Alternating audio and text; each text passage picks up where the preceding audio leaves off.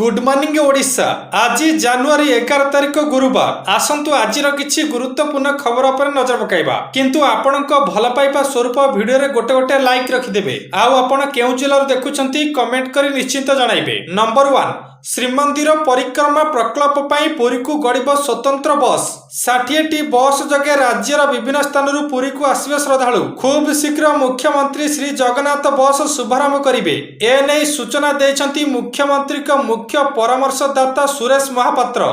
आज श्रीमंदिर प्रशासन कार्यालय एक समीक्षा बैठक बसिथिला। बैठक रे श्रीमंदिर परिक्रमा प्रकल्प, श्रीमार्ग, जगन्नाथ बलम पार्किंग, श्री सेतु सहित यज्ञस्थली समीक्षा करा जायछि।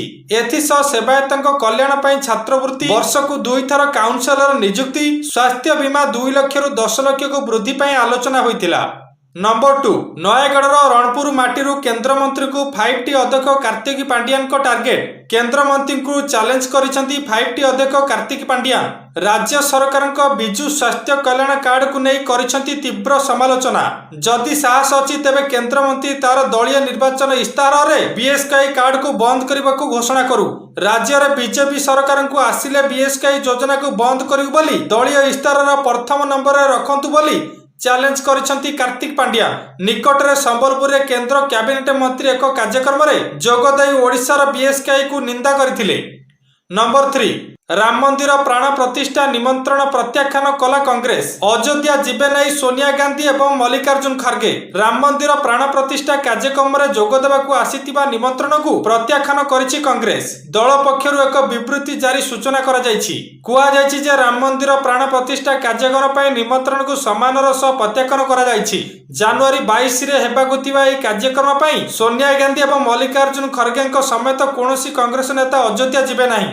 नंबर 4, प्रधानमंत्री किसान निधि हेबो 2 गुणा। महिला कृषक संचय खाता को आसीबो 12,000 टंका। केबे हेबो जानि नियतु। प्रधानमंत्री किसान निधि टंका परिमाण 2 गुणा करबाकू सरकार बजेट रे चिंता करूछंती। एहा हेले महिला कृषक संचय खाता को 12,000 टंका आसीबो। साधारण निर्वाचन 2024 पूर्व केंद्र सरकार प्रधानमंत्री किसान सम्मान निधि कार्यक्रम अंतर्गत योग्य महिला कृषक वार्षिक दय 2 गुणा करी 12,000 टंका करबाकू विचार करूछंती। फेब्रुआरी 1 रे आगामी बजेट रे यह घोषणा करा जाय पारे।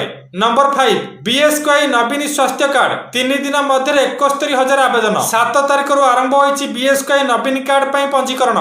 गत 4 दिन मध्य नवीन कार्ड पई 1.2 लाख पंजीकरण होइतिबा बेले 71,000 आवेदन पत्र विभाग निकट रे पहुंचिछि। 30टी जाक जिल्ला रु पंजीकरण पई आवेदन होइतिबा बेले गंजाम, कटक और खोर्धा जिल्ला रु सर्वाधिक आवेदन होइतिबा सूचना मिलिछि। गंजाम जिल्ला रु 9,525 परिवार आवेदन करथिबा बेले कटक रु 7,359 एवं खोर्धा 7,165 जन आवेदन विभाग निकट रे पहुंची।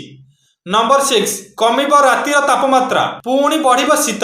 राज्य रे गत किछि दिन हेब ठंडा कहर कमिछि, किंतु सकाळु सकाळु कुहुडी आवरण देखिबाकू मिलुछि। आगामी किछि दिन रे पुणी राज्यर तापमात्रा कमिबो। 2 रु 3 डिग्री कमिब रातिर तापमात्रा। राज्य रे शीतर प्रकोप आहुरी बढ़िबा नै भुवनेश्वर आंचलिक पाणीपाग केंद्र पक्षरु ट्वीट करी सूचना दिया जायछि। नंबर 7, अंगनवाड़ी और आशा दीदी दरमा खूब शीघ्र बढ़िबो। एहा द्वारा राज्यर लक्षाधिक कर्मचारी उपकृत हेबे। राज्य सरकार ए दिगरे काम करुछंती। नवरंगपुर जिला गस्तरे 5T और आम ओडिशा नवीन ओडिशार अध्यक्ष बीके पांड्यान मंगलवार यह घोषणा करिसंती। रायघर मिनी स्टेडियम रे आयोजित धन्यवाद आम ओडिशा नवीन ओडिशा कार्यक्रम रे 5T अध्यक्ष श्री पांड्यान कहिसंती आगकू आशा दीदी और अंगनवाड़ी कर्मी दरमा बढ़िबो।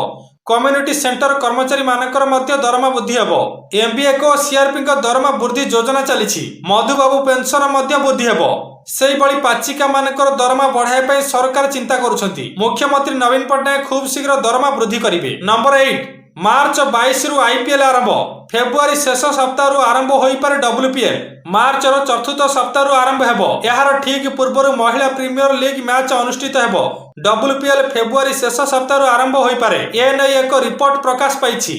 दैनिक जागरण रिपोर्ट अनुसार फेब्रुआरी शेष रु मार्च मध्य भाग पर्यंत डब्ल्यूपीएल मैच खेला जिवो। एहा परे आईपीएल 2024 मार्च 22 रु आरंभ हेबो। डब्ल्यूपीएल केवल 2टी स्थान रे हेबो। सेही परि आईपीएल मैच प्राय 12टी शहर अनुष्ठित हेबा नै सूचना रहिछि। नंबर 9, परिक्रमा प्रकल्पर लोकार्पण पूर्व भक्तिमय हेउची सारा राज्य गाँ गाँ बुलुची अर्पण रथ श्रीक्षेत्र परिक्रमा प्रकल्प लोकार्पण परिप्रेक्षी सारा राज्य में आरंभ होइतिबा अर्पण रथर आज देवगढ़ पौरांचल शुभारंभ होइछि। पूर्वाह्न पुरुणागढ़ स्थित जगन्नाथ मंदिर ठारे जिला परिषद मुख्य कार्यनिर्वाही अधिकारी धर्मानंद बेहेरा पराध्यक्षा शांति मंजरी देईक समेत समस्त पारिषद पूर्वार्चना करबा परे नड़िया भांगी रथर विधिवत शुभारंभ करथिले।